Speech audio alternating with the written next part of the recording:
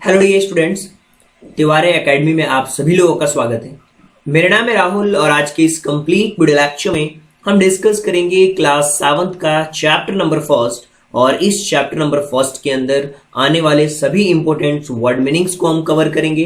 इसके साथ साथ हम डिस्कस करने वाले हैं इस कंप्लीट चैप्टर के एक्सप्लेनेशन के बारे में। और इस एक्सप्लेनेशन के अंदर एक बहुत ही इंटरेस्टिंग चीज है कि एक राजा जिसके पास 3 सवाल हैं वह उनके आंसर्स को ढूंढ रहा है, और वो सवाल क्या है, क्या वह उसके जवाब उस राजा को मिलते हैं जो वो चाहता है। इन सारी चीजों के बारे में डिटेल्ड में हम कवर करेंगे। इसके साथ साथ इस पैसेज के अंदर आने वाले, इस चैप्टर के अंदर आने वाले सभी इंपॉर्टेंट क्वेश्चन आंसर को भी हम डिस्कस करने वाले हैं। तो चलिए शुरू करते हैं और बिना देर किए समझने की कोशिश करते हैं इस कंप्लीट चैप्टर के एक्सप्लेनेशन को, वर्ड मीनिंग्स को और क्वेश्चन आंसर को भी डिस्कस करेंगे जो कि इस चैप्टर के ऊपर बेस्ड होने वाले हैं। अगर हम बात करें, अगर फर्स्ट लाइन में ही, तो यहाँ पे लिखा हुआ है कि the thought came in the certain king that he would never fail if he new 3 things. एक राजा के माइंड में एक थॉट आया, एक विचार आया कि यदि उसे 3 बातों की जानकारी होगी, that he would never fail if he new the 3 things. अगर उसको 3 बातों के बारे में जानकारी होगी तो वो कभी भी असफल नहीं होगा। These 3 things were what is the right time to begin something and which people should listen to you, and third one, what is the most important things for him to do। वो 3 बातें कौन कौन सी थी कि किसी भी काम को शुरू करने का सही समय क्या है, और दूसरी चीज which people should he listen to, उसे किन लोगों की बात सुननी चाहिए, और तीसरी चीज उसके लिए करने के लिए सबसे महत्वपूर्ण, सबसे इंपॉर्टेंट थिंग्स क्या है जो उसे करना चाहिए। इसके अलावा यहाँ पे क्या हुआ, the king therefore sent messenger throughout his kingdom promising a large sum of money to anyone who would answer these 3 questions। राजा ने अपने पूरे किंगडम में, throughout his kingdom, sent messenger, उसने दूत भेजे अपने पूरे राज्य के अंदर, और इन 3 सवालों का जवाब देने के लिए उसने वादा किया कि जो भी इसका जवाब देगा उसे बड़ी राशि दी जाएगी, बड़ा अमाउंट दिया जाएगा, a large sum of money to anyone who would answer these 3 questions, जो इन 3 क्वेश्चंस के आंसर देगा। Many wise men came to the king। बहुत बुद्धिमान लोग आए, बहुत एक से एक व्यक्ति आए, राजा के पास आए, लेकिन उन सभी ने उन सवालों के जवाब अलग अलग दिए। They all answered his questions differently। बहुत अलग अलग से तरीके से आंसर दिए। अब देखिए इस पूरे पैसेज के अंदर हमें एक मीनिंग मिली है, प्रॉमिस। प्रॉमिसिंग जो वर्ड है वो कंटिन्यूअस के लिए यूज किया जा रहा है, और प्रॉमिस वर्ड से ये प्रॉमिसिंग बना है। और प्रॉमिसिंग का मतलब होता है एन एक्सप्रेस, एश्योरेंस देना किसी चीज को, कोई जो एक्सपेक्ट कर रहा हो, किसी चीज के ऊपर जो कोई भी चीज बेस्ड हो उसको हम वादा करते हैं। इसीलिए राजा ने वादा किया कि अगर जो भी इन 3 क्वेश्चन के आंसर देगा उसे एक बड़ी धनराशि दी जाएगी। एक बार फिर से हम इस पैसेज को समझते हैं ताकि अगर आपको फिर भी थोड़ा बहुत जो डाउट रह गया है वो भी डाउट क्लियर हो जाए, और भी जो मीनिंग्स हम जो कवर नहीं कर पाए हैं उनको भी आप कवर कर पाए और इस ट्रांसलेशन के थ्रू आप समझ पाए। The through out the came the certain king that he would never fail if new the 3 things. एक राजा को एक विचार आया कि यदि उसे 3 बातों की जानकारी होगी तो वो कभी फेल नहीं होगा। वो 3 बातें कौन सी थी, कोई भी काम शुरू करने का सही समय क्या है, उसे किन लोगों की बातें सुननी चाहिए, और तीसरा उसके लिए सबसे इंपॉर्टेंट, सबसे महत्वपूर्ण बात क्या है, उसके लिए करने के लिए सबसे महत्वपूर्ण बात क्या है। देखिए तीसरी चीज, इन तीनों के जवाब में बहुत सारे लोग राजा के पास आए और उसने पूरे किंगडम में जो दूत भेजे थे उन दूत के द्वारा ये प्रॉमिसिंग करवाया, ये प्रॉमिस किया उसने कि जो भी जवाब देगा उसे बड़ी धनराशि दी जाएगी। और कई लोग आए उस राजा के पास, लेकिन उन सभी ने अलग अलग तरीके से आंसर्स दिए। आगे बढ़ते हैं और समझने की कोशिश करते हैं। In reply to the first question some said to the king must prepare a time table then follow strictly. पहले क्वेश्चन के जवाब में कुछ लोगों ने यह कहा कि राजा को एक टाइम टेबल तैयार करनी चाहिए और उसका बिल्कुल स्ट्रिक्टली, कड़ाई के साथ पालन करना चाहिए। कुछ लोगों ने यह कहा only in this way they said could he do everything at its proper time। Others said that it was impossible to decide in advance the right time for doing something। और कुछ लोगों ने ये कहा कि वह उचित समय पर सभी काम कर सकता है अगर टाइम टेबल तैयार करें। और कुछ लोगों ने कहा पहले से समय तय करना यह असंभव है, राजा को उन सभी बातों पर ध्यान देना चाहिए जो कुछ भी घटित हो रहा है। It was impossible to decide advance in right time for doing something. कोई भी चीज के लिए पहले से समय डिसाइड करना, कुछ लोगों ने ये कहा कि ये पॉसिबल नहीं है, ये गलत है। The king should notice all was going, avoid foolish pleasure. और ये जो मूर्खतापूर्ण जो प्लेजर है उसको, जो भी चीजें उसे अवॉइड करना चाहिए, जो चीज चल रही है उस पर नोटिस करना चाहिए। And always do whatever seem necessary at that time.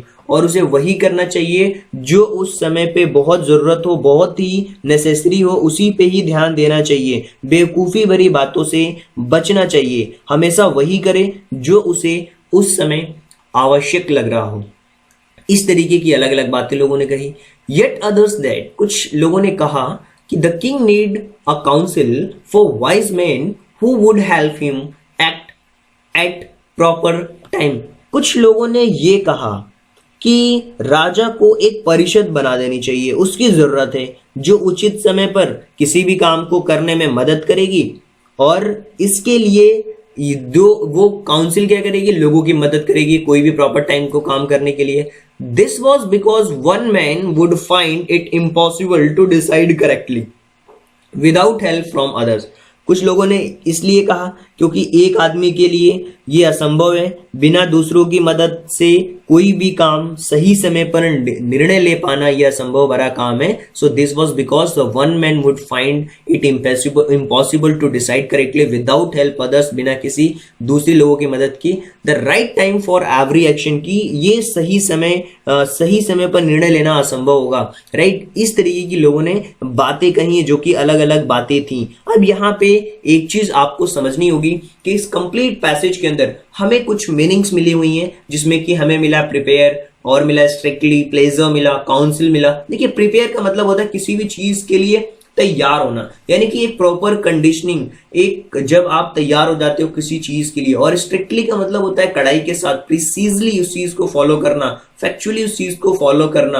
Pleasure का मतलब होता है जो हमें आनंद की एक डिलाइटफुल अनुभूति होती है, उसे हम प्लेजर कहते हैं। और काउंसिल का मतलब होता है एक लोगों की जो परिषद होती है, जो कमेटी होती है, एन असेंबली ऑफ पर्सन सब माउंटेड और कन्वेड फॉर कंसल्टेशन। किसी भी चीज को किसी भी चीज पे, किसी मुद्दे पे पहुंचने के लिए जो कंसल्टेशन की जाती है, उसके लिए काउंसिल तैयार की जाती है। तो इन सारी बातों को आपने बहुत अच्छी तरीके से समझा है। एक बार फिर से हम इस पैसेज को और बेटर तरीके से समझना चाहेंगे, ताकि अगर आपके माइंड के अंदर कोई डाउट हो तो आप चीजों को अच्छी तरीके से समझ पाओ। देखिए यहां पे हो क्या रहा है। पहले क्वेश्चन के जवाब में कुछ लोगों ने राजा को यह कहा कि इस राजा को एक टाइम टेबल तैयार करना चाहिए और उसे स्ट्रिक्टली फॉलो करना चाहिए। फिर कुछ लोगों ने कहा ऐसा करना ये इम्पॉसिबल है, पहले से किसी चीज को डिसाइड कर पाना, ये एवरीथिंग प्रॉपर टाइम पे होना ये इम्पॉसिबल है, और पहले से किसी चीज को हम डिसाइड नहीं कर सकते। कुछ लोगों ने कहा पहले से समय तय करना भाई संभव नहीं है, और राजा को उन सभी बातों पर ध्यान देना चाहिए जो कुछ घटित हो रहा है, बजाय कि ये फुलिश प्लेजर वो को फॉलो करें। Always do whatever seem necessary at the time, और उसे वही करना चाहिए जो उस समय पे बहुत ही नेसेसरी हो।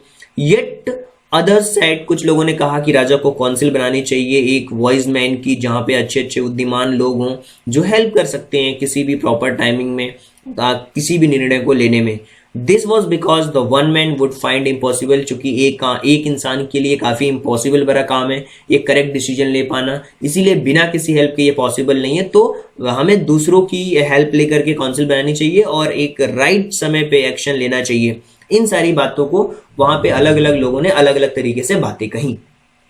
आगे बढ़ते हैं और यहां पे लिखा हुआ but then others said there were something which could be urgent, this things could not be wait for decision of council.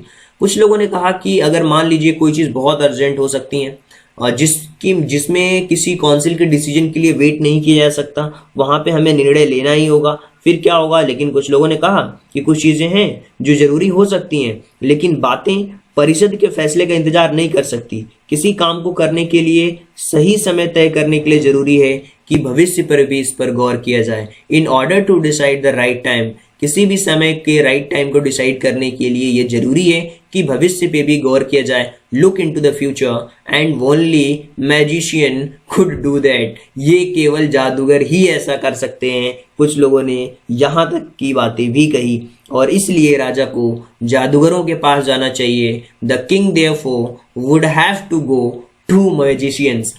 In their answer to the second question, some said that the people most necessary to the king were his counselors, others said his priest। देखिए अब यहाँ पे हुआ क्या, कुछ लोगों ने कहा कि राजा को जादूगरों के पास जाना चाहिए और कुछ ने सेकंड क्वेश्चन के आंसर में कहा कि सबसे इंपॉर्टेंट जो चीज है वो उसके काउंसलर्स ही हैं। कुछ लोगों ने कहा जो मंदिर के पुजारी होते हैं वो सबसे नेसेसरी है, सबसे प्राथमिक लोग हैं, वो चीज करनी चाहिए उसे, उन्हें करनी चाहिए।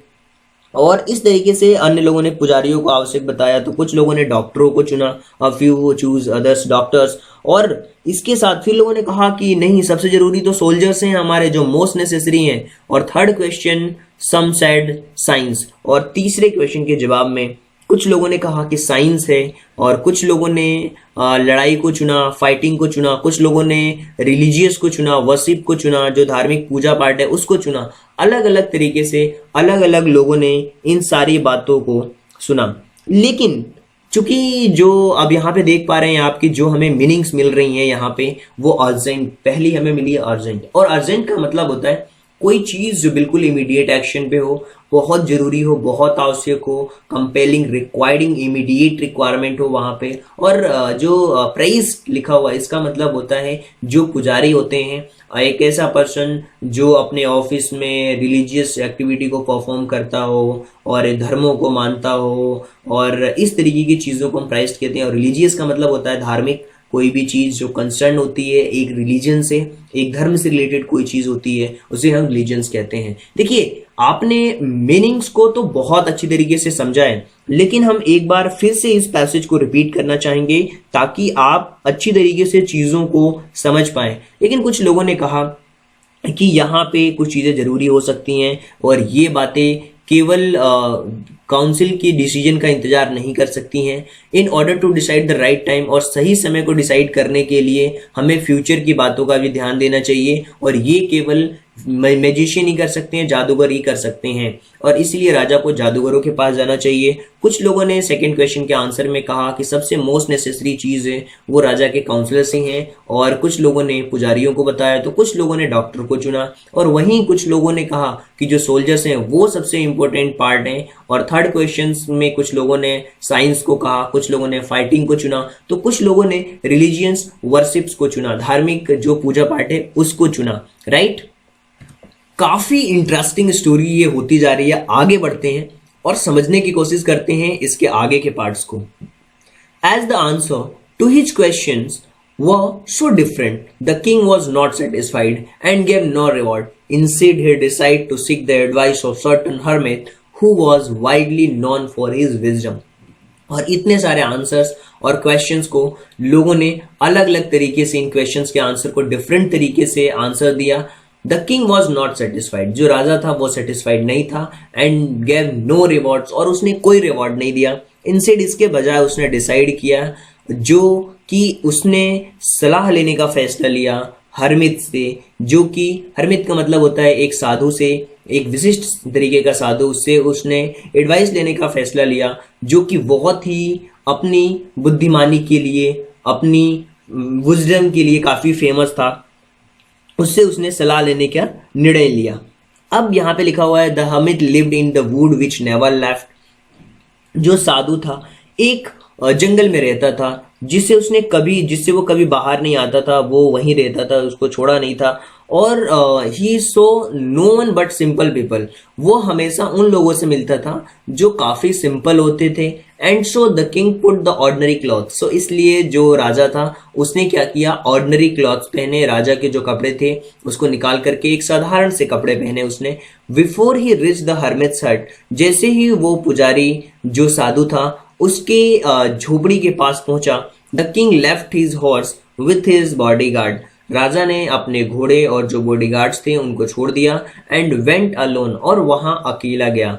As the came near the hermit's hut, जैसे ही वो साधु की झोपड़ी के पास गया, he saw a hermit digging the ground, उसने देखा कि जो साधु है वो ग्राउंड को खोद रहा है इन फ्रंट ऑफ हिज हट, वो अपने झोपड़ी के पास ही की जो ग्राउंड था उसमें क्या कर रहा था, वो खुदाई कर रहा था। और ये सब देख करके राजा का उसने ग्रीट किया, कंटिन्यू डिगिंग, और साधु फिर से वापस खोदने लगा और वो राजा का ग्रीट करके फिर खोदने लगा। The hermit was old and weak, जो साधु था वो बूढ़ा था और वीक था यानी कमजोर था। And as walk his breath heavily, और काफी तेजी से वो सांसें ले रहा था, बहुत तेजी से सांसें ले रहा था, जैसे कि कोई इंसान काम करता है, दौड़ने के बाद थक जाता है, सांसें तेज हो जाती हैं, उस तरीके की सांसें ले रहा था। देखिए यहाँ पे हमें जो मीनिंग्स मिली है वो ऑर्डिनरी मिली है, और ऑर्डिनरी का मतलब होता है बहुत ही साधारण, और एक्स्ट्रा ऑर्डिनरी का मतलब होता है असाधारण व्यक्ति। और ऑर्डिनरी क्लॉथ्स राजा ने पहने और फिर वो उससे मिलने गया। देखिए इन सारे जो पैसेज है ना, इनको फिर से हम इस पैसेज को समझने की कोशिश करते हैं ताकि आप और बेटर वे में चीज़ों को समझ पाएं। अब यहाँ पे क्या लिखा हुआ है कि उसने सारे जो आंसर्स थे, लोगों ने अलग अलग आंसर्स दिए, लेकिन राजा जो था वो उस चीज़ से सेटिस्फाइड नहीं था, इसलिए कोई रिवॉर्ड नहीं दिया। इसके बजाय उसने फैसला लिया कि अब वो साधु से मिलेगा, और who was widely known for his wisdom, और वो अपने विजडम के लिए काफ़ी जाना जाता था, जो उस एरिया में फेमस था। सो वो एक जंगल में रहता था जिसको कभी उसने नहीं छोड़ा था, उससे बाहर नहीं आता था, केवल साधारण लोगों से मिलता था। और इसीलिए राजा ने क्या किया, जो ऑर्डिनरी क्लॉथ्स थे वो पहने, और उसके झोपड़ी के पास पहुंचने से पहले अपने घोड़े और बॉडीगार्ड्स को छोड़ दिया और अकेला गया उनसे मिलने के लिए। उसने देखा जैसे ही वो साधु की झोपड़ी के पास पहुंचा, उसने देखा कि वो ग्राउंड की खुदाई कर रहा है जो उसकी झोपड़ी के सामने है, और जो साधु था उसने ग्रीट किया राजा का और फिर से खोदने लगा। द हर्मिट वॉज, वो ओल्ड था, बूढ़ा था और वीक था, and he walk as breathe heavily, और वो क्या कर रहा था, काफी तेजी से सांसें ले रहा था। अब हुआ क्या कि the king went up hermit and said, और राजा वहां पे गया और उसने साधु से कहा, I have come to you wise hermit to ask you answer 3 questions. राजा उसके पास गया और कहा कि मैं आपके पास 3 सवालों के जवाब पूछने आया हूं, और मैं सही समय पर सही काम कैसे सीख सकता हूं, और मुझे सबसे अधिक किन लोगों की जरूरत है, और सबसे कौन से काम सबसे महत्वपूर्ण है। उसने सारे क्वेश्चंस को रिपीट किया। The hermit listen to the king but didn't speak, जो साधु था उसने उसकी बात को सबसे ध्यान से सुना, और लेकिन कुछ नहीं बोला। साधु ने राजा की बात सुनी लेकिन कुछ भी नहीं बोले, वह खुदाई करते रहे। और he went on digging, you are tired, और राजा ने कहा आप थक गए हो, मुझे कुदाल लेने दीजिए और अपनी जगह पर काम करने दें। Let's make take the spade and work, spade का मतलब होता है कुदाल, राइट, जिससे खुदाई करते हैं, एंड वर्क टू प्लेस, और मुझे कुदाल लेने दीजिए और अपनी जगह पर काम करने दें। Thanks said the hermit and giving king his spade, और साधु ने थैंक्स बोला, धन्यवाद बोला, और राजा को वो कुदाल दे दी। Then he sat down on the ground, और वो ग्राउंड पे क्या हो गया, बैठ गया। वो वहीं पे क्या हो गया, जमीन पर बैठ गया। राजा ने यहाँ पे देखिए ग्राउंड पे जैसे ही बैठ गया, तो अब यहाँ पे इस कंप्लीट पैसेज के अंदर हमें एक मीनिंग मिली है, डिगिंग। अब डिगिंग का मतलब क्या, देखिए डिग का मतलब होता है खोदना, और डिगिंग का मतलब आप लगातार किसी चीज को खोदते जा रहे हो, इसको हम डिगिंग कहते हैं। डिगिंग का मतलब होता है ब्रेकअप करना, मिट्टी को निकालना, जैसे सैंड है उसको निकालना है डिग आउट करके, ये सारी चीजें होती हैं।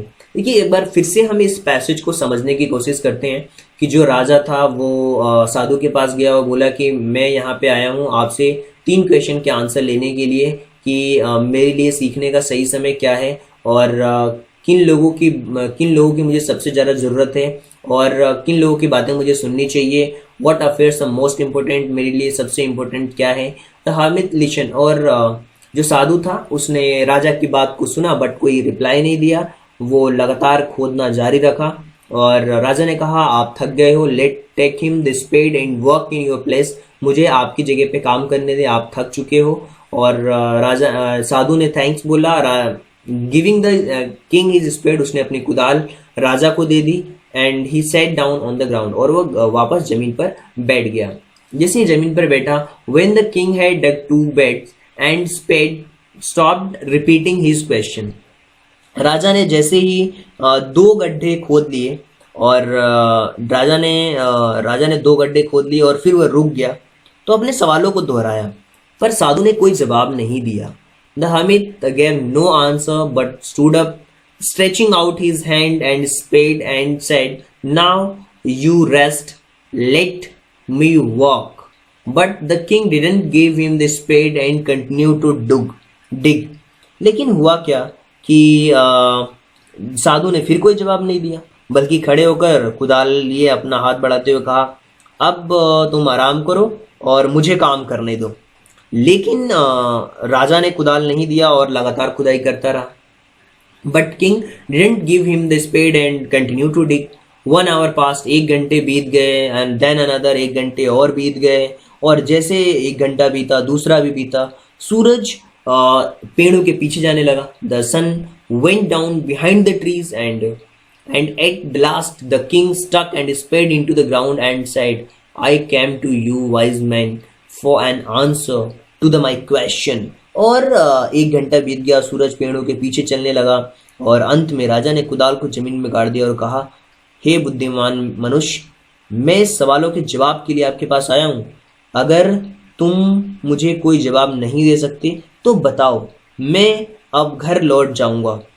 और हुआ क्या कि जैसे ही राजा ने ये बोला, if you can give me no answer, मुझे बताओ, tell me, I will return home, मैं घर चला जाऊंगा। Here comes someone running side humming.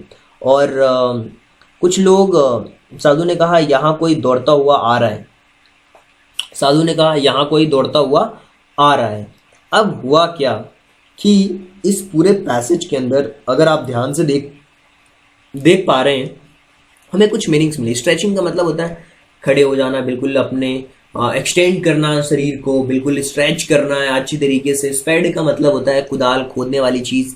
Some implements जिससे कि हम रिसेंबल करके बनाते हैं और खुदाई करते हैं, उसे हम स्पेड कहते हैं, राइट। ये सारी चीज़ें होती हैं, आपको पता होना चाहिए। और एक बार फिर से हम चीज़ों को समझने की कोशिश करते हैं कि जैसे ही राजा ने 2 गड्ढे खोदे, बेड्स यानी गड्ढे होते हैं, और फिर वो रुक गया और फिर से अपने क्वेश्चन को रिपीट किया।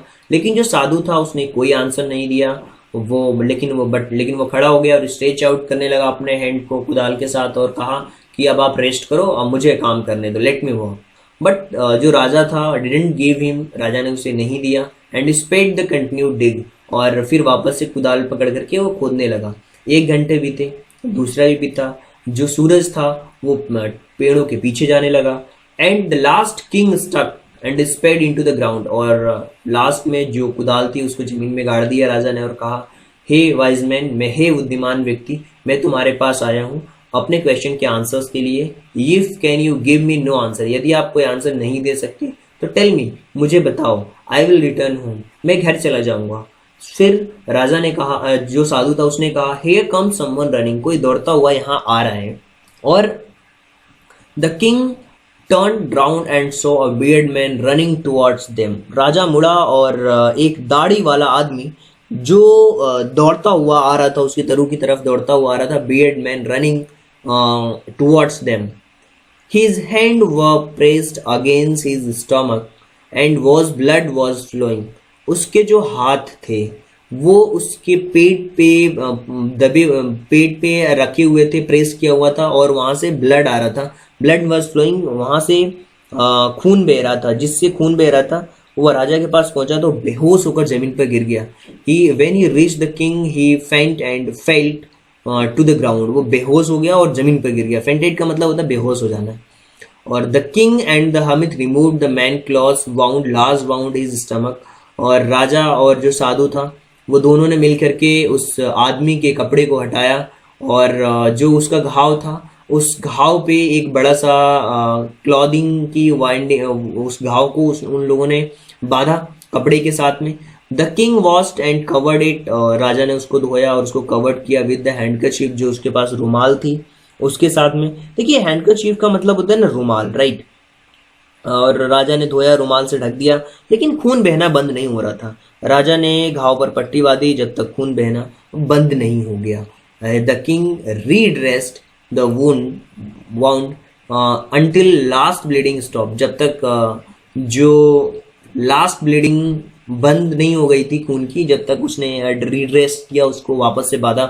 देखिए यहाँ पे हमें कुछ चीजें मिली। देखिए बियर्ड का मतलब होता है जिसके घने बाल हो, बिल्कुल दाढ़ी हो बड़ी सी, उसको बियर्ड कहते हैं। स्टमक का मतलब होता है पेट, ऐसा हमारा ऑर्गन वहां से ब्लड बह रहा था। फ्लोइंग का मतलब बहना होता है।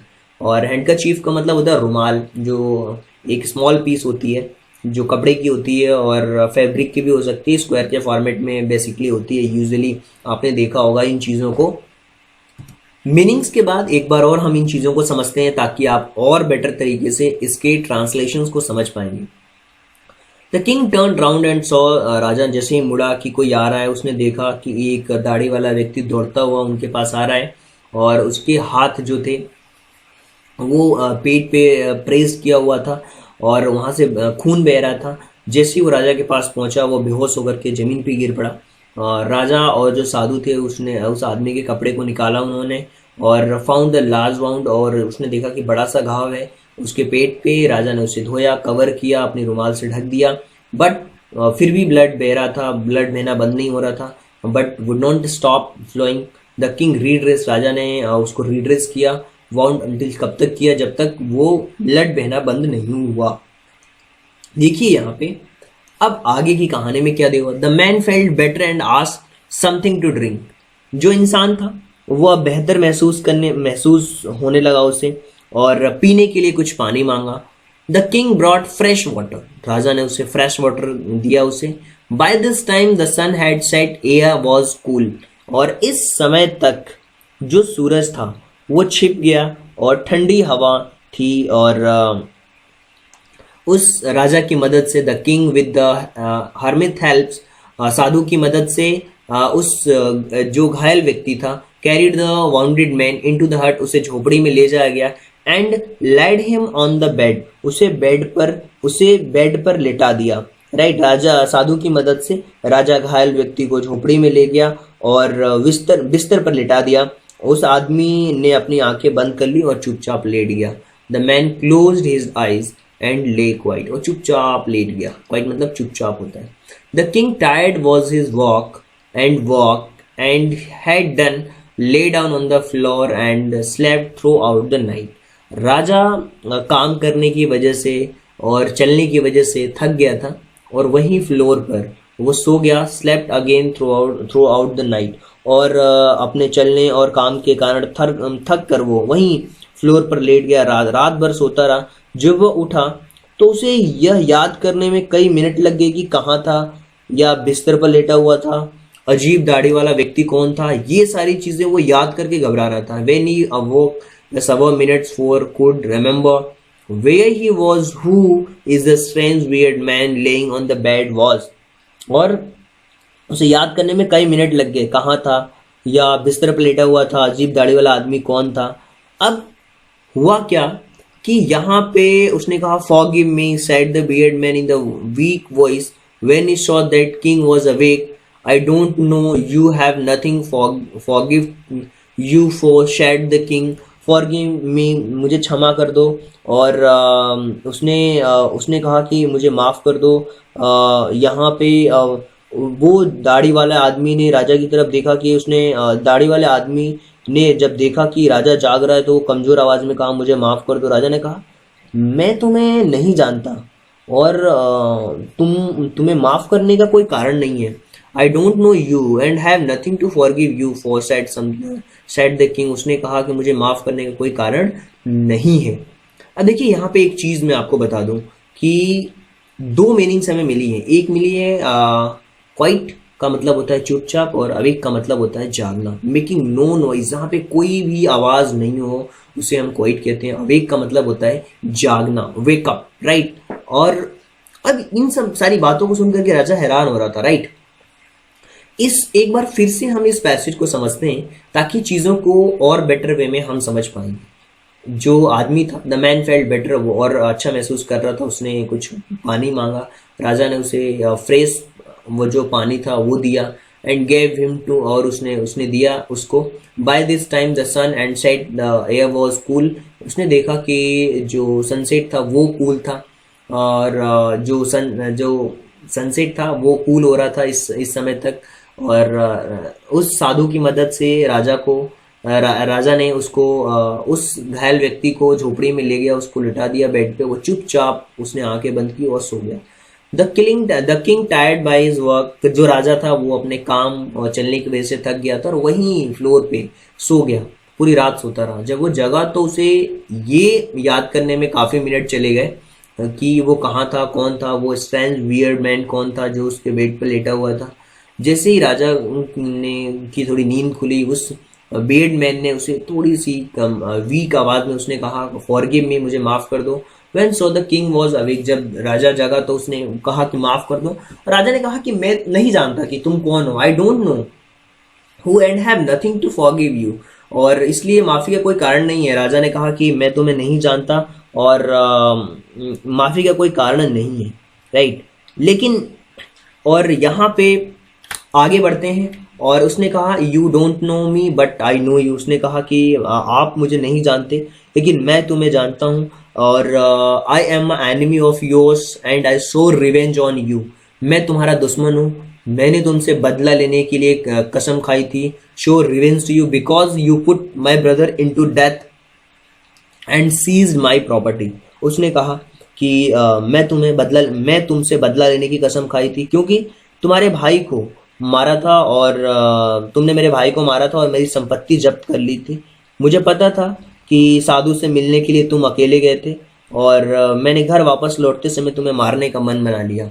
उसने कहा कि I knew you had gone alone to see hermit. उसने कहा कि तुम साधु के पास अकेले गए हो। I made up my mind, मैंने अपने माइंड को मेकअप किया, और you kill on your way home but day pass, लेकिन दिन गुजर गए, एंड यू डिडंट रिटर्न, आप वापस नहीं आए। So I left my hiding place, तो मैंने छुपने की जगह ढूंढी, and came upon your bodyguards who recognised me and wanted me. और हुआ क्या कि जब मैंने मन बना लिया था लेकिन दिन बीतते गए, तुम वापस नहीं लौटे, इसलिए मैंने छिपने की जगह से निकला, और मार्ग में जो तुम्हारे बॉडीगार्ड्स थे उन्होंने मुझे पहचान लिया, मैं तुम्हारे अंगरक्षक ने मुझे पहचान लिया और मुझे घायल कर दिया। मैं उससे बच तो निकला, लेकिन अगर तुमने मेरे घाव पर पट्टी नहीं करी होती, I escape him but I shouldn't have died if you not dressed my wound. अगर आपने मुझे जो मेरे घाव थे उसको ड्रेस नहीं किया होता तो मैं मर जाता। I wish to kill you and you have saved my life. उसने कहा कि मैं तुम्हें मारना चाहता था और तुमने मेरी जान बचाई। अगर मैं जीवित रहता हूँ, उसने कहा now if I am live, अगर मैं जीवित रहता हूँ, I will serve you as a most faithful servant. उसने कहा कि अगर मैं जीवित रहता हूँ तो मैं सबसे शानदार, सबसे फेथफुल सर्वेंट के रूप में, सेवक के रूप में आपकी सेवा करूंगा, और अपने बेटों को भी ऐसा ही करने का आदेश दूंगा। मुझे माफ कर दो, फॉरगिव मी। उसने कहा मुझे माफ कर दो। देखिए यहाँ पे कुछ मीनिंग्स हैं, बहुत ही इंटरेस्टिंग मीनिंग्स मिली हैं। पहली मीनिंग स्वर, इसका मतलब होता है कसम खाना, कहते हैं ना I show you, right. Swear का सेकेंड फॉर्म है स्वेर, सो राइट। सीज्ड का मतलब होता है बिल्कुल प्रॉपर्टी को बिल्कुल सीज्ड कर लेना, टेकन एडवांटेज, बिल्कुल उस पर ले लेना, उस चीज़ को पैकअप कर देना उस चीज़ का। और रिकॉग्नाइज्ड का मतलब होता है पहचान लेना, परसीव करना, रियलाइज करना है एग्जिस्टेंस में ये चीज़ है या नहीं है। फेथफुल का मतलब होता है सबसे जो ट्रू वन होता है, जो जिसकी प्रोमिसेस होते हैं। सर्वेंट का मतलब होता है सेवक, जो एक ऐसा पर्सन जो दूसरों के लिए काम करता है उसे हम सर्वेंट कहते हैं। और स्पेशली परफॉर्म डोमेस्टिक ड्यूटी, जो डोमेस्टिक ड्यूटीज होती है वहाँ पे हम सर्वेंट, सेवक, नौकर कह सकते हैं। देखिए यहाँ पे कुछ चीज़ें हैं जिसको मैं बताना चाहूँगा एक बार और अच्छी तरीके से। उसने कहा कि you don't know me but I know you, आप मुझे नहीं जानते लेकिन मैं आपको जानता हूँ। मैं तुम्हारा दुश्मन हूँ और मैंने तुम्हें मारने की कसम खाई थी क्योंकि आपने मेरे भाइयों को मारा था और उनकी प्रॉपर्टी को सीज कर दिया था।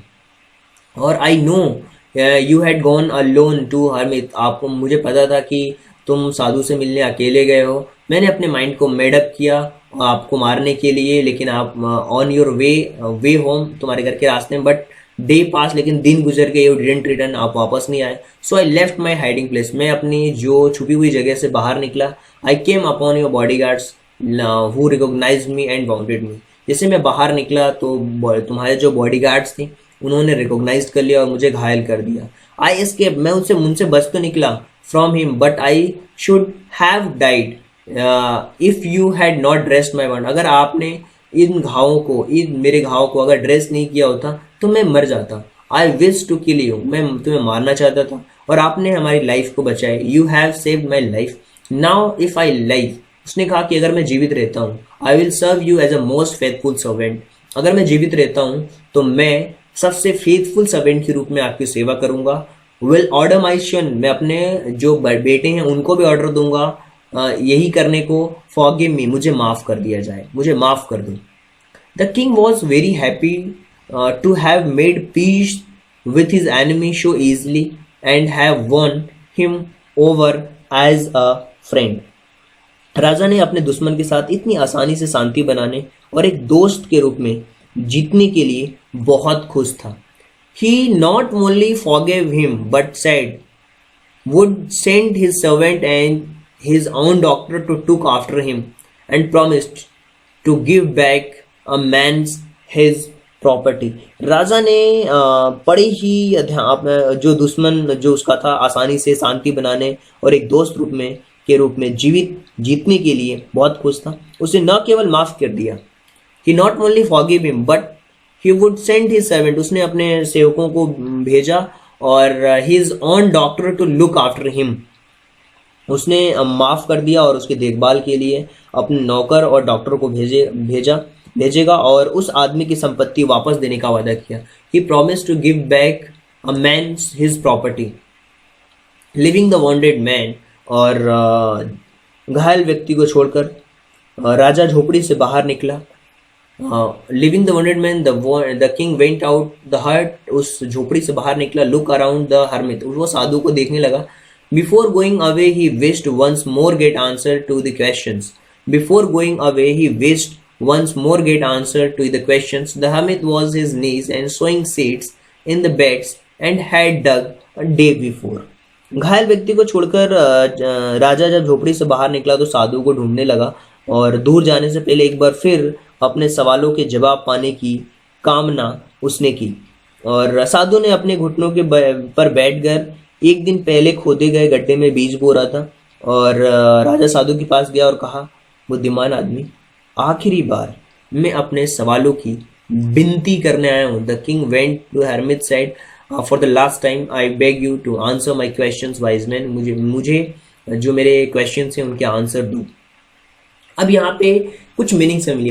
पीस का मतलब होता है शांति। डग आउट, डग का मतलब होता है डिग होता है, डिग का मतलब होता है खोदना, और डिग की सेकेंड फॉर्म होती है डग, राइट। और इस तरीके से आप इन चीजों को समझ सकते हो कि पीस का मतलब क्या होता है, डग का मतलब क्या होता है।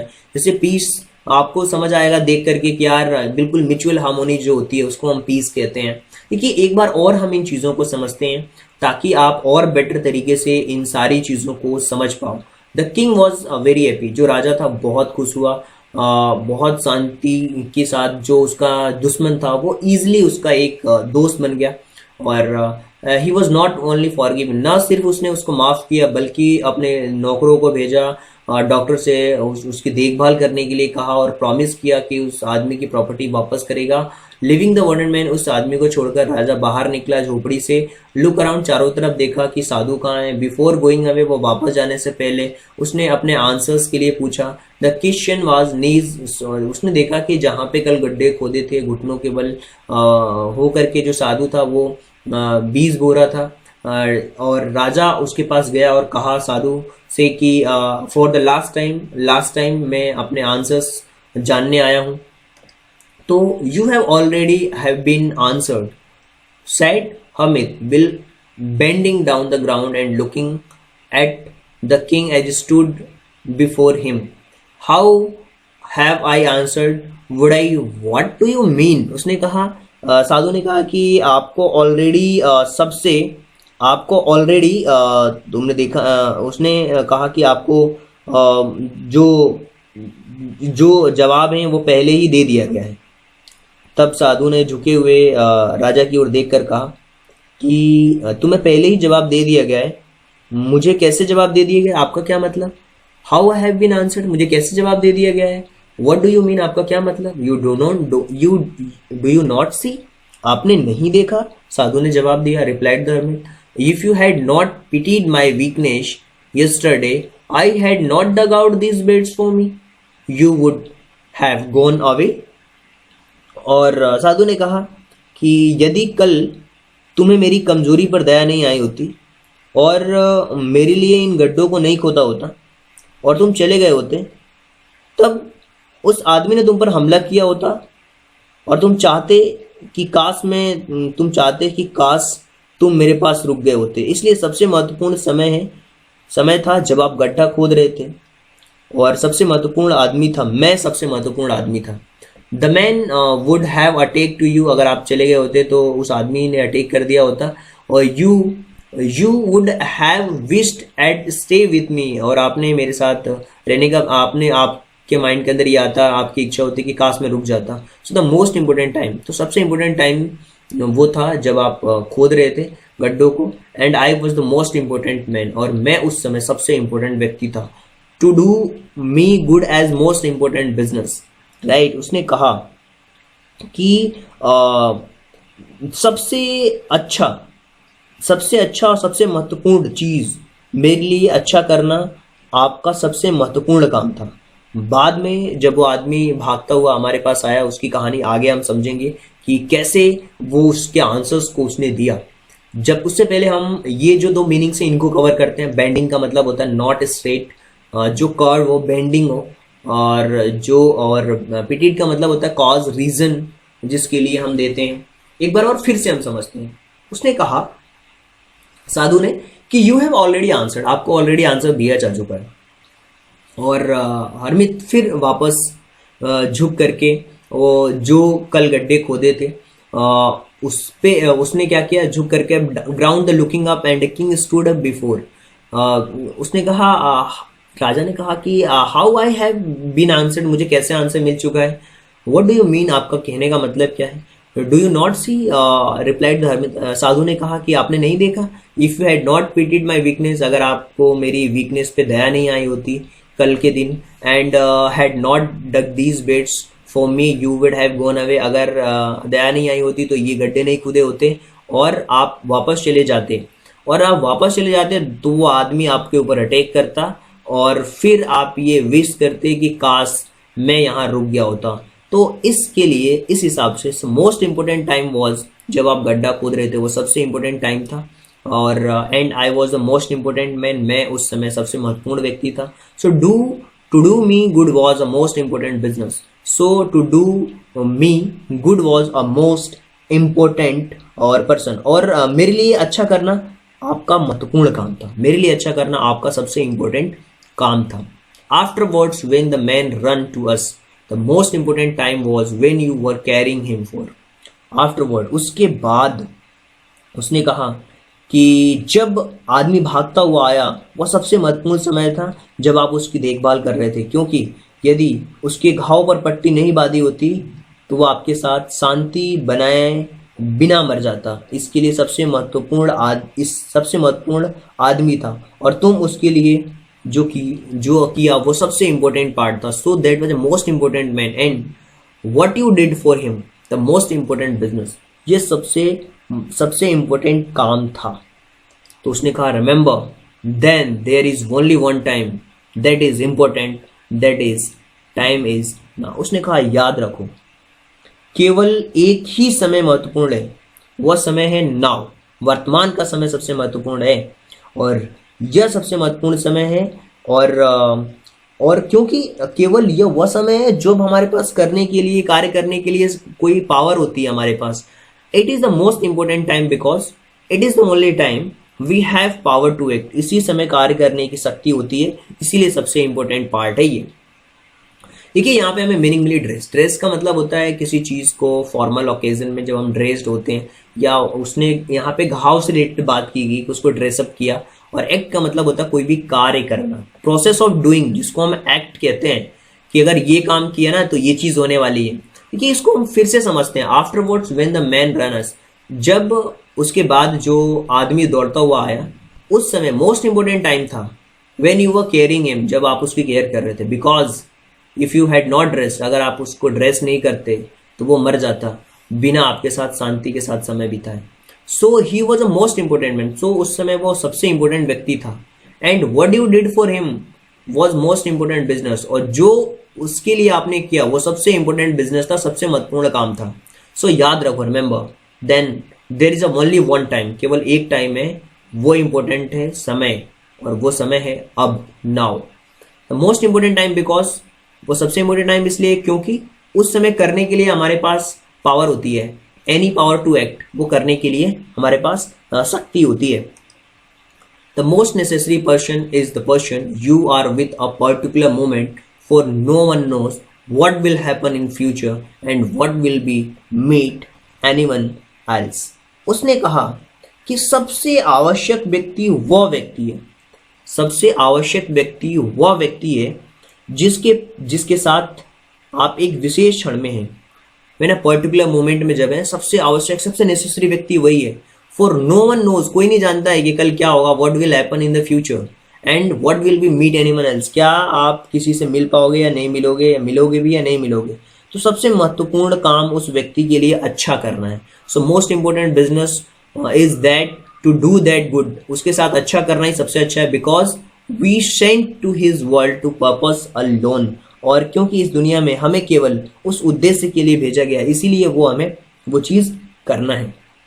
देखिए यहाँ पे है ना, हमें कुछ मीनिंग मिली, जैसे नेसेसरी का मतलब होता है प्राथमिकता, पर्पस का मतलब होता है जो भी आप रीजन होता है जो एग्जिस्ट करता है समथिंग, उसको हम पर्पस कहते हैं, राइट। देखिए यहाँ पे नेसेसरी और पर्पस के बारे में मैंने आपको बताया, और इसको फिर से एक बार समझ लेते हैं ताकि आपको चीजें और बेटर तरीके से समझ आए। ये लास्ट पैसेज है हमारे चैप्टर का। और एक चीज मैं आपको बता दूं कि सबसे आवश्यक व्यक्ति जो है वो व्यक्ति ही है जिसके साथ आप एक किसी पर्टिकुलर मोमेंट में हैं। फॉर नो वन नोज, कोई नहीं जानता कि क्या होगा फ्यूचर में, और किसी से मिल पाएंगे भी आप, नहीं मिल पाएंगे। जैसे मैं अभी पढ़ा रहा हूँ तो सबसे मोस्ट इंपोर्टेंट पार्ट यही है कि मैं आपको पढ़ा रहा हूँ, कल कोई पता नहीं है कि क्या होने वाला है क्या नहीं होने वाला है, राइट। ये बहुत अच्छी बात कही गई है। द मोस्ट इंपोर्टेंट बिजनेस, और सबसे इंपोर्टेंट बिजनेस क्या है कि उस पर्सन के लिए अच्छा करना। जैसे इस समय मेरा सबसे इंपॉर्टेंट पार्ट क्या है कि आपको अच्छी तरीके से समझा पाऊं, एक एक मीनिंग को समझा पाऊं। Because we were sent to his world for purpose alone, क्योंकि सभी को इस दुनिया में केवल उद्देश्य के लिए भेजा गया था, राइट। अब देखिए इसके ऊपर बेस्ड कुछ क्वेश्चन आंसर हम करने वाले हैं, जो कि काफी इंपॉर्टेंट क्वेश्चन आंसर होने वाले हैं, जिनके बारे में हम डिस्कस करने वाले हैं। और बहुत ही इंटरेस्टिंग तरीके से मैं सारे क्वेश्चंस को डिस्कस करने वाला हूं। सबसे इंपॉर्टेंट अब हम क्वेश्चन आंसर के बारे में बात करेंगे, जो कि इस कंप्लीट चैप्टर के ऊपर बेस्ड होने वाला है। अगर मैं आपसे पूछूं कि आप मुझे ये बताइए कि इस चैप्टर का नाम क्या है, इस ऑथर के नाम क्या है। देखिए चैप्टर का नाम है 3 क्वेश्चंस, ये आपको पता है, और ऑथर का नाम है लियो टॉल्स्टॉय। और ये लास्ट में जब आप बुक देखेंगे तो आपको खुद समझ आएगी, और ये आपको पता भी होना चाहिए। अगर मैं क्वेश्चन आपसे पूछूं कि व्हाट वर द क्वेश्चंस, वो क्वेश्चंस क्या थे, 3 क्वेश्चन थे, आपको पता है वो क्वेश्चन। पहला क्वेश्चन था कि द राइट टाइम क्या है किसी भी समय को करने का, what is the right time to begin something. Second था कि कौन से लोगों की बात सुनना चाहिए, which people should he listen to. And third one, what is the most important things for do to, सबसे इंपॉर्टेंट थिंग्स क्या है जो करने के लिए होती है। अगर मैं तीसरा क्वेश्चन करूं, why did king continue to dig, जो राजा था वो क्यों खोद रहा था। Because the king continue to dig because hermit was tired, क्योंकि जो साधु था वो थक गया था, और king wanted to help him, और राजा उसकी मदद करना चाहता था, इसलिए राजा खोद रहा था। How did the man feel better, उसने आदमी ने अच्छा फील कब किया, जब उसे उसके घाव को केयर किया गया, उसको बांधा गया तो वो अच्छा फील किया, जब उसे ड्रेस किया गया 2 बार। यही चीज यहाँ पे लिखनी है आपको आंसर में कि the man felt better because the king and Hamid took good care of him. और बहुत अच्छे से ध्यान रखा, the king washed his wound and dressed it twice, 2 बार उसका वो किया, घाव को धोया और उसको पट्टी की। What time was the day was it, वो टाइम क्या था, it was the late evening, वो लेट इवनिंग हो गई थी। और why did king sleep through the night, वो वहां पे क्यों सो गया राजा पूरी रात, इसलिए सो गया कि वो थक गया था काम करके। The king slept throughout night because the king was tired by his walk and walk, टहलने से और काम करने से वो थक गया था, इसलिए वो वहीं सो गया। देखिए कुछ और क्वेश्चन है। Why did the king look round the हमिक, उसने उस साधु की तरफ क्यों देखा? इसलिए देखा क्योंकि द किंग लुक द हमिक because wish that before going to must get answer to his question, उसको लग रहा था कि अब जाने से पहले उसके आंसर्स मिल जाएंगे क्वेश्चंस के। सो व्हाट वाज द हमिक डूइंग देन, तो हमिक क्या कर रहा था? हमिक was sowing seeds in the beds had been dug day before, जो उसने गड्ढा खोदा था एक दिन पहले, उसमें वो बीज डाल रहा था, और वो साधु कर रहा था वो काम। How did the king address the हमिक, राजा ने how did the king address the hermit, साधु को कैसे एड्रेस किया? The king address the hermit was as a wise man, उसने कहा आप बुद्धिमान व्यक्ति हो, राइट। इस तरीके से उसने क्या किया, उसको एड्रेस किया। और उम्मीद करता हूं कि ये जो कंप्लीट चैप्टर है जिसके अंदर हमने वर्ड मीनिंग्स को कवर किया है और इसके साथ साथ जो इंपॉर्टेंट वर्ड मीनिंग्स थी उनको कवर किया, और सारी चीज़ों को डिस्कस किया हमने, वर्ड मीनिंग्स को डिस्कस किया, एक्सप्लेनेशन को डिस्कस किया, क्वेश्चन आंसर को डिस्कस किया। उम्मीद करता हूं कि चीज़ें आपको बहुत अच्छी तरीके से समझ आई होगी। अगर आपको लगता है कि फिर भी कोई डाउट है तो आप कमेंट बॉक्स में क्वेश्चन पूछ सकते हो। इसके अलावा आप हमारी वेबसाइट को भी विजिट कर सकते हो। So thank you so much and thanks for giving your precious time. At the last, God bless you. Thank you so much.